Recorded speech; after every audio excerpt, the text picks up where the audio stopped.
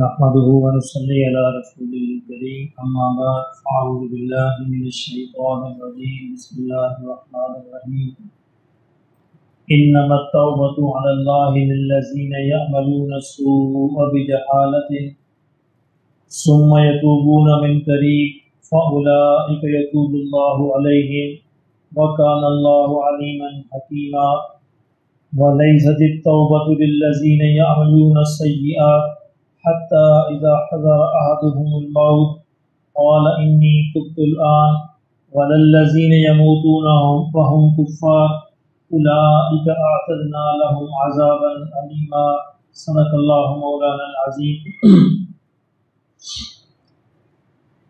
قرآن مجید میں دو آیات جو ہیں یہ توبہ کے حوالے سے بڑی اہم آیات ہیں.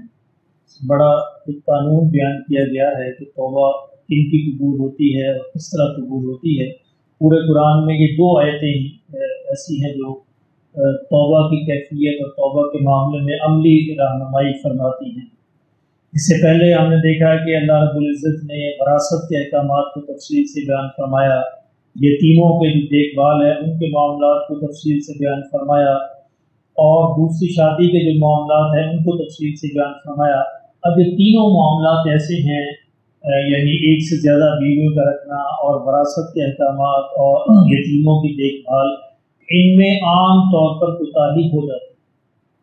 اب ان تینوں معاملات کے بعد اللہ رب العزت نے فوراً بعد توبہ کی آیات لے کے آئے ہیں تاکہ اگر ان میں کوتاہی ہو جائے تو تم مایوس نہ ہونا، توبہ کا دروازہ کھلا اور اللہ کا دروازہ کبھی بند نہیں ہوتا ہے، نہیں کبھی نہیں بند ہوتا. یہ دروازہ ایسا ہے جو موت تک کھلا رہتا ہے، اس لیے اس سے کبھی مایوس نہیں ہونا. قرآن مجید کی دوسری آیات کے ساتھ اس کو ملا کے اگر پڑھیں توبہ کی آیات کو تو بڑا واضح پیغام ہے کہ اس سے کبھی مایوس نہیں ہونا. فرمایا کہ انما التوبۃ علی اللہ، بڑی خوبصورت ترکیب ہے کہ توبہ قبول کرنا اللہ کے ذمے ہے. اللہ اکبر. اب ذرا اندازہ فرمائیں، اللہ کی بات آتی ہے جہاں بھی قرآن میں وہ ذمہ داری ہوتی، یعنی اللہ نے اس کی ذمہ داری لے لی ہے کہ توبہ قبول کرنا میرے ذمے ہے. کن کی؟ للذین یعملون السوء بجہالہ، جو برائی کر لیتے ہیں نادانی سے، جو برائی کر بیٹھتے ہیں نادانی کے ساتھ، جذبات میں آ کر. اس بات کو سمجھنا بڑا ضروری ہے. ایک ہوتا ہے گناہ کا کرنا، ایک ہوتا ہے گناہ کا ہو جانا. ان دونوں میں بڑا فرق ہے. گناہ کرتا ہے انسان پلان بنا کے اور پروگرام بنا کے، اور گناہ جذبات میں ہو جاتا ہے، غلطی سے ہو جاتا ہے، نادانی سے ہو جاتا ہے. اچھا، جو نادانی سے اور غلطی سے ہو جائے اس کے بارے میں تو اللہ نے کہا کہ میرے ذمے ہے. اچھا، جو پلان کر کے کہا جائے اس میں کیا ہے؟ وہ بھی اس کے ذمے ہے. وہ بھی اللہ اپنے توبہ کے خلوص کو دیکھتا ہے، انسان کی نیت کے خلوص کو دیکھتا ہے. اس کی توبہ کتنی سچی ہے. اگر سچی ہے، اس کے بارے میں احادیث کے اندر رہنمائی اللہ کے نبی نے ارشاد فرمائی ہے کہ جو گناہ کر لیتے ہیں، کہ گناہ کا ہو جانا، جو گناہ جن کے ہو گیا، اس کی آیت بڑی کلیئر ہے، اس کے بارے میں تو اللہ نے کہا کہ توبہ میرے ذمے ہے. لیکن جس نے گناہ کیا، اس میں پھر احادیث کے اندر اس کی وضاحت موجود ہے کہ وہ بھی اللہ کے ذمے ہے، بشرطے کہ انسان اپنی توبہ کرنے میں مخلص ہو. اس میں بڑی وہ مشہور حدیث ہے 100 قتل والی، آپ حضرات کو یاد ہوگی. اب وہ سارے پلان بنا کے کیے تھے، پروگرام بنا کے کیے تھے، لیکن چونکہ بندہ مخلص تھا اور بندہ اس بارے میں بالکل اس میں دل میں پکا ارادہ کر چکا تھا، اللہ نے اس کو معاف فرما دیا. فرمایا کہ توبہ اللہ کے ذمے ہے کن لوگوں کی؟ کہ جو نادانی کے ساتھ گناہ کر بیٹھے، ثم یتوبون من قریب، اور پھر فوراً ہی توبہ کر لیں. اب یہ بڑی اہم بات ہے. اب اس کے لیے سوچتے نہ رہیں، وقت کا انتظار نہ کرتے، اچھا کل کر لوں گا، پرسوں کر لوں گا، پھر کر لوں گا. اب پھر کرتے کرتے کرتے موت آ جاتی ہے. اور شیطان کا یہ دھوکہ ہوتا ہے، اچھا پھر کر لینا، کل کر لینا، پرسوں، ابھی تو تم جوان ہو، ابھی تو بڑی عمر پڑی ہے، ابھی تم نے بوڑھے ہونا ہے، ابھی تم نے بچے پیدا کرنے ہیں، بچوں کی شادیاں کرنی. انسان کو لمبے پروگرام جو ہے شیطان دکھاتا ہے. اچھا پھر توبہ. شیطان اچھا یہ کبھی نہیں کہتا کہ نیکی نہ کرنا، شیطان یہ کہتا ہے نیکی پھر کر لینا، پھر کر لینا. اچھا وہ پھر کی پھر نوبت نہیں آتی. لیکن اسی طرح توبہ کے بارے میں یہی سمجھاتا ہے کہ توبہ پھر کر لینا، جبکہ اللہ فرماتا ہے ثم یتوبون من قریب، وہ پھر فوراً ہی توبہ کر لیتے ہیں. یعنی گناہ ہو جائے انسان فوراً رجوع کرے، اللہ سے توبہ کرے۔ اچھا قریب کا مفہوم کیا ہے؟ اس میں بھی علماء نے بڑی خوبصورت بات لکھی ہے کہ قریب کا مطلب یہ ہے کہ موت سے پہلے پہلے توبہ کر لے۔ اور موت کب آنی ہے کوئی پتہ نہیں، اس کا مطلب ہے گناہ کے بعد فوراً توبہ کر لی جائے، کیونکہ آج کل کی جو دنیا ہے اس میں تو ایسے واقعات ہو رہے ہیں، اچھا بھلا صحت مند جوان جو ہے چلا جاتا ہے، چلتے چلتے مر جاتا ہے، پتہ نہیں چلتا، ہارٹ اٹیک ہو گیا، چند سیکنڈ لگتے ہیں وہ چلا گیا۔ اس لیے قریب کا مطلب اگرچہ یہ ہے کہ موت سے پہلے پہلے، لیکن چونکہ موت کا پتہ نہیں اسی لمحے، یعنی موت کے لیے کوئی عمر معین نہیں ہے، موت کے لیے بیمار ہونا بھی شرط نہیں ہے، موت کے لیے کوئی ایکسیڈنٹ ہونا بھی شرط نہیں ہے، کوئی بھی نہیں ہے، اچھا بھلا انسان رات کو سوتا ہے صبح ہوتا ہی نہیں۔ اب اس لیے قریب کا مطلب یہ ہے کہ موت سے پہلے پہلے انسان توبہ۔ ایک شرط تو اللہ نے یہ لگائی، پہلی شرط کہ انسان نادانی سے جہالت سے گناہ کر بیٹھے تو اس کی توبہ قبول کرنا میرے ذمہ ہے۔ دوسرا کیا فرمایا کہ وہ فوراً توبہ کر لے، وقت کا انتظار نہ کرے، پروگرام نہ بنائے تھا کل کروں گا پرسوں کروں گا، توبہ کر لے۔ فَأُولَٰئِكَ يَتُوبُ اللَّهُ عَلَيْهِمْ، یعنی وہ جلدی توبہ کر لیتے ہیں اور اس کے بعد وہ اللہ سے توبہ کرتے ہیں، اللہ سے توبہ مانگتے ہیں۔ وَكَانَ اللَّهُ عَلِيمًا حَكِيمًا، تو ان کی توبہ اللہ نے فرمایا میرے ذمے ہے، کیونکہ اللہ جاننے والا بھی ہے اور حکیم بھی ہے، اللہ کو پتہ ہے، تمہارے دلوں کے راز کا بھی پتہ ہے، کس نے کس نیت سے گناہ کیا تھا یا کس نیت سے توبہ کی تھی، اللہ سارے معاملات کو جانتا ہے۔ وَلَيْسَتِ التَّوْبَةُ لِلَّذِينَ، اچھا اب ان کی توبہ نہیں ہے، دو قسم کی کیٹیگری اللہ نے بیان فرمائی، ان کی توبہ قبول نہیں ہوگی، وہ کون سی ہیں؟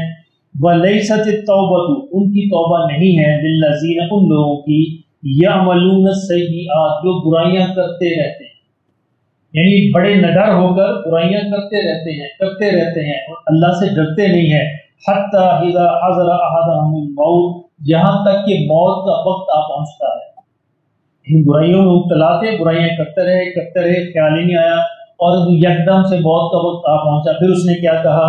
قال انی تبت الآن، اس نے کہا اچھا اب میں توبہ کرتا ہوں، اللہ نے اس کی توبہ قبول۔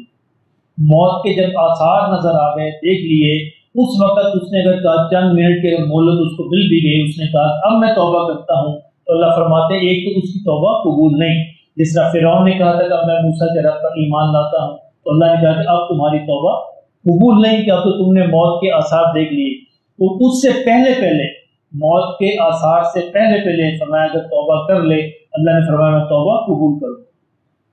دوسرا کون سا ہے؟